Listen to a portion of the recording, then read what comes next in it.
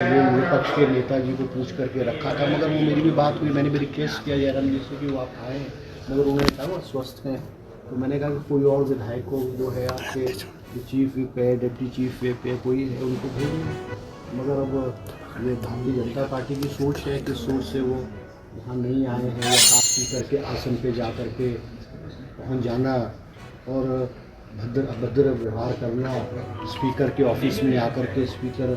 को धमकाना। और भारतीय जनता पार्टी ये भूल जाए कि वो सोचे कि ऑपरेशन लोटस होगा, सरकार गिरेगी। विधानसभा के लिए पठानिया जी द्वारा जो है विधानसभा सेशन शुरू होने से पूर्व जो है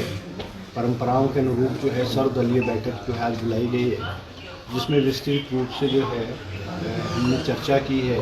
कि विधानसभा का सेशन किस तरह से स्मूथली चले। और ये क्योंकि ये परंपरा है, विधानसभा से पहले स्पीकर साहब जो सर्वदलीय मीटिंग बुलाते हैं और सभी पक्षों के लोग, चाहे सत्ता पक्ष है, चाहे विपक्ष है, चाहे निर्दलीय है, वो सभी विधायकों को ये परंपरा रही है, मीटिंग में आते हैं, पार्टिसिपेट करते हैं, अपनी बात रखते हैं। मगर दुर्भाग्यपूर्ण है कि आज भारतीय जनता पार्टी की तरफ से कोई भी जो है इनका सदस्य इस सर्वदलीय मीटिंग में नहीं आया है, जो कि ये कोई अच्छी परंपरा नहीं है। क्योंकि ये स्पीकर का जो ऑफिस है वो निर्दलीय है और वो पॉलिटिक्स से ऊपर उठ कर के ऑफिस है, और हम स्पीकर के माध्यम से और स्पीकर के थ्रू जो भी हमारी सदन में हम कोई चर्चा रखना चाहते हैं और बातें हैं वो यहाँ चर्चा होती है। और स्पीकर साहब का जो लक्ष्य है और हमारा सरकार की भी जो मंशा है कि वो सदन जो है बहुत स्मूथली चले।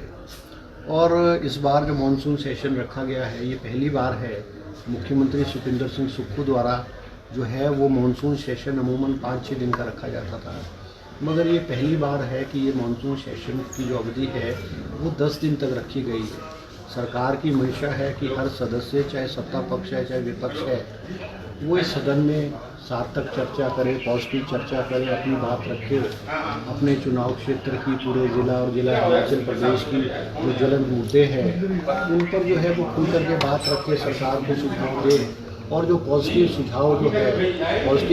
जो है वो सरकार जो है वो मानेगी।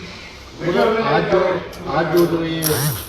हुई शुरुआत हुई, मुझे लगता है दुर्भाग्यपूर्ण है, अच्छा नहीं है।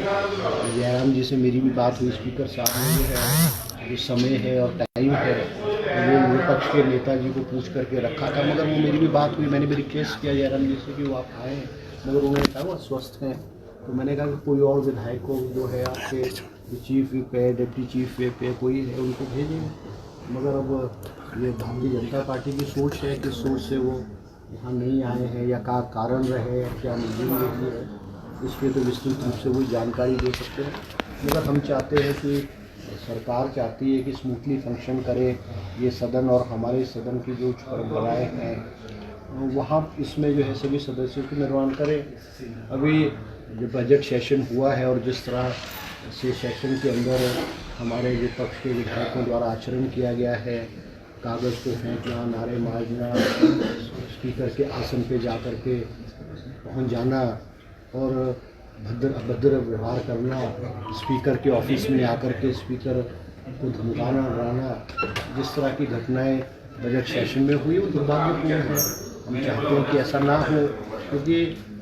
जो लक्ष्य भारतीय जनता पार्टी का था कि सरकार को गिराया जाए, ऑपरेशन लोटस को फेल किया जाए, ऑपरेशन लोटस हिमाचल में इन्होंने शुरू किया था, उसको हिमाचल की जनता और कांग्रेस पार्टी और मुख्यमंत्री सुखविंदर सिंह सुक्खू के नेतृत्व में जो है उसको जो है वो फेल कर दिया गया है।